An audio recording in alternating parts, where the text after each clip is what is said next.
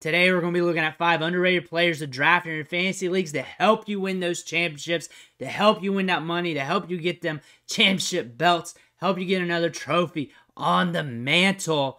Make sure you hit that subscribe button right now because I'm going to have content like this coming out all off season, help you build your teams, and then also throughout the year to help you set those lineups. You don't want to miss out. But let's look at these 5 underrated players that we're going to be looking at today to help you build your fantasy teams. The first player here that's underrated right now is Rhamondre Stevenson.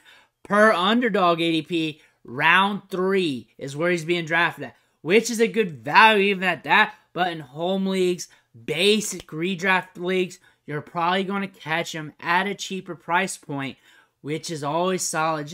We're going to have to see when that data comes out. Right now, it's middle of July. Right now, underdog drafts, hot and heavy, kind of sharp right now. So we're going to go off of that and then just kind of speculate how home league will kind of look at.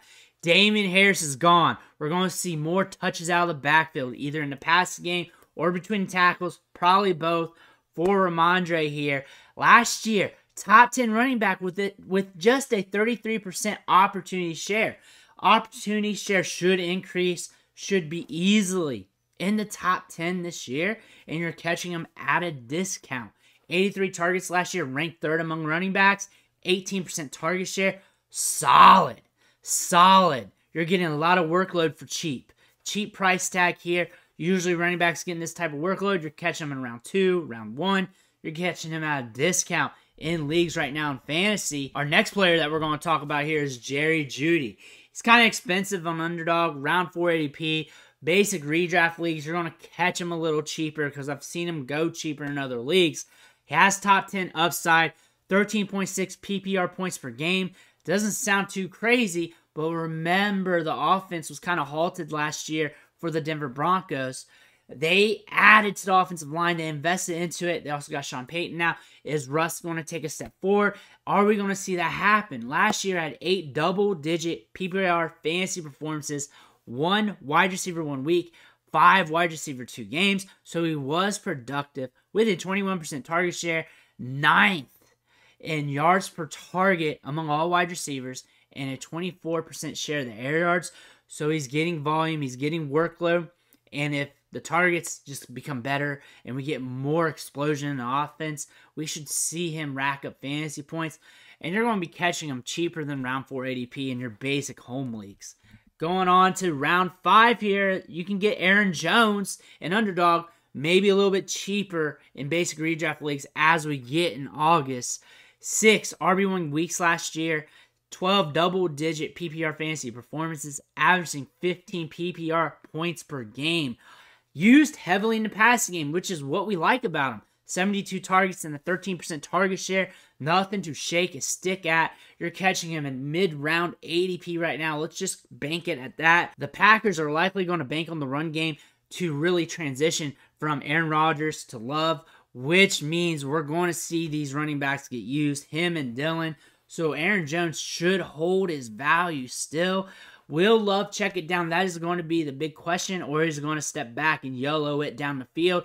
That's one thing we want to look at. However, Aaron Jones has a history of being productive, being used in the passing game. He's also good after the catch. Next guy we're going to look at is Damien Harris, but he's got round 10 ADP. He's with the Bills. Top 3 in points per game last year. This team moves the ball downfield. Expect him to get goal line work. Price tag is cheap, and that's why we're looking at him, because he's on an offense that moves the field. You're looking at backup running backs now. You're in double-digit rounds. A guy to look at, and this is underdog ADP, so he might be even cheaper come August in your time to draft in your basic home league. Here we go. Our last guy we're looking at today, Tajai Spears, round 15. Might even be the last pick of your draft. Derrick Henry had 319 attempts last year. That means the Titans like to run the football. They like to move it on the ground. And if they have to move on due to an injury or something, unfortunately, hopefully that doesn't happen. But if Tajai Spears gets opportunity due to that situation, he's the last man on your roster there, but gets thrusted up. You might be looking at a running back who's getting a lot of carries, getting a lot of workload, used in the passing game, because we saw that out of him. Good vision. Good at catching the ball in the backfield. Good speed. He's explosive. check out his tape over at Tulane. It's going to be fun to watch. Check out his tape from the Senior Bowl, especially those practices. Has some good tape from there. Matter of fact, I post some of that on the channel if you want to look back from months back ago. Again, last round, some of your drafts, those players you're not expecting to hit, why not take a stab on a rookie running back with upside and an opportunity that could allow him to get some workload if attrition comes his way and allows him to get some opportunity. But those are 5 running backs who are being undervalued right now, or you can catch on a deal in fantasy leagues that could help you win your league. Let me know 5 players or anybody you're looking at the draft in your leagues, who you got your eye on. I want to hear about it. Make sure you hit that subscribe button on the way out, and I'll catch you on the next video.